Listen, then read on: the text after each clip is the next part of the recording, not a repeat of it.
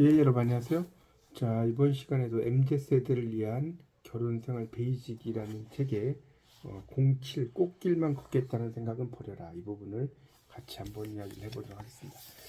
혼자 있을 때 행복해야 배우자도 행복하게 해줄 수 있다. 그렇죠. 모든 인간은 행복을 원해. 해피니스라고 이렇게 영어로도 이야기하지만 행복을 추구하고 불행은 겪지 않길 바라죠. 그런데 이 세상 살이가 정말 내 뜻대로 되지 않죠. 내 뜻대로 되면 얼마나 좋겠습니까? 그렇죠. 그래서 갈등이 생기죠. 그래서 여기저기에 이제 꽃길만이 펼쳐지길 기대하며 살아갈 수 있도록 기도를 하죠. 안 좋은 일이 생기면 왜 나에게만 힘든 일이 찾아오냐며 원망하죠. 하늘에 있는 신도 막 따져보고 또 그렇게 이제 원망을 합니다. 그래서 여기에 또 예를 이렇게 들으셨는데, 경희 씨는 지금의 남편을 친구 소개로 만나 2년을 사귄 후 결혼했다. 남편은 털털한 사람이었고 성격이 외향적이라 시원시원해 보여서 결혼을 결정했다고 한다. 소심하고 섬세한 경희 씨에 비해 남편의 외향적인 성격은 경희 씨를 기분 좋게 만들어주는 마법이 있었다. 사실 경희 씨는 자라온 가정 환경이 좋지 않아서 항상 마음이 불안하고 우울한 기분으로 지냈었다. 남편을 만날 때에는 그 시간을 잊어버리고 기분 전환을 할 수가 있었다. 이렇게 나오고 있죠. 근데 이제 요즘에는 권태기가 돼서 우울함이 이제 이렇게 재발했다는 내용을 써놓으셨네요. 그래서 이제 우울감을 이제 술로 달랬는데 그걸 남편이 좀 이해를 하지 못한다는 내용을 써놓으셨어요. 그러니까 자신이 혼자 있을 때도 믿고 자신감 있게 내실을 다지고 만족할 수 있을 때 행복한 자산이 되는 거죠. 그러니까 행복하기 위해서 결혼하는데 정말 자신이 자신을 행복하게 해줬는지도 한번 스스로 생각해 봐라는 거고요. 그래서 삶이 그대를 속일지라도라는 이제 부분이 있습니다. 정말 나를 행복하게 해줄 것 같은 배우자는 시간이 지날수록 내가 알던 사람이 아닌 새로운 성격이 드러나서 나를 당황하게 만들기도 한다. 주변의 시댁이나 처가 관계에도 문제가 생기면 마음이 불편할 수밖에 없다. 또 다른 경제적인 문제가 생길 수도 있고 몸에 갑자기 몹쓸 질병이 생길 수도 있다. 이렇게 나오고 있습니다. 그래서 정말 살다 보면 어려움은 다 존재할 수밖에 없어요. 꽃길만 인생은 정말 장미꽃을 뿌려놓은 듯한 탄탄대로가 아니죠.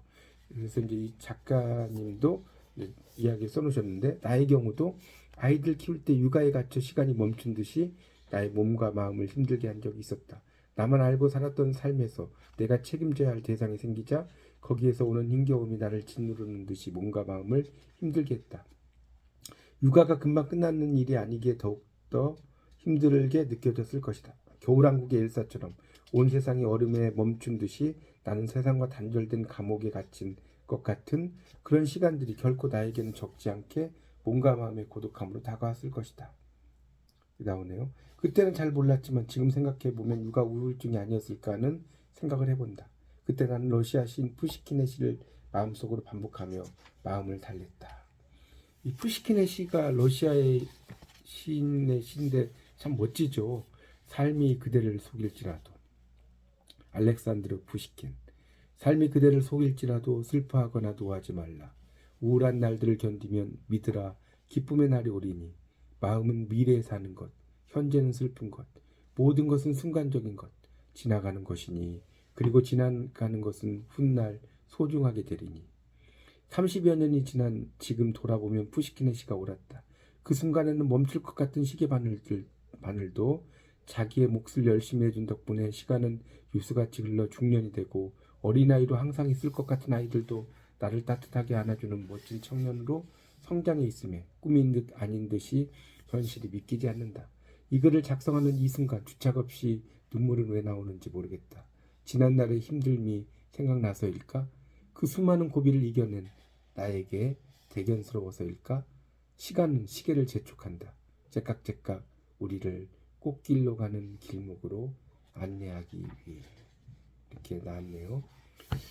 정말 공감이 너무 많이 됩니다. 이제 인생이라는 게 정말 장미꽃을 뿌려놓은 듯한 탄탄대로라고 해도 그건 참 재미가 없을 것 같습니다. 상당히 삶이라고 하는 것은 좀 힘든 상황도 이겨내야죠. 우리가 이제 구양수라는 당송 팔대가가 이런 말 했거든요.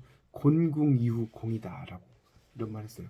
그러니까 정말 내가 힘든 상황을 겪고 나야지 어떤 내 글이 훨씬 더 그 멋있게 펼쳐진다 뭐 이런 뜻인데 그 곤궁이후 공이라는 그런 구양수의 말이 또 생각이 납니다. 그래서 아주 멋진 시와 있는 그런 어떤 그 한 부분을 참 잘 읽었습니다. 감사합니다.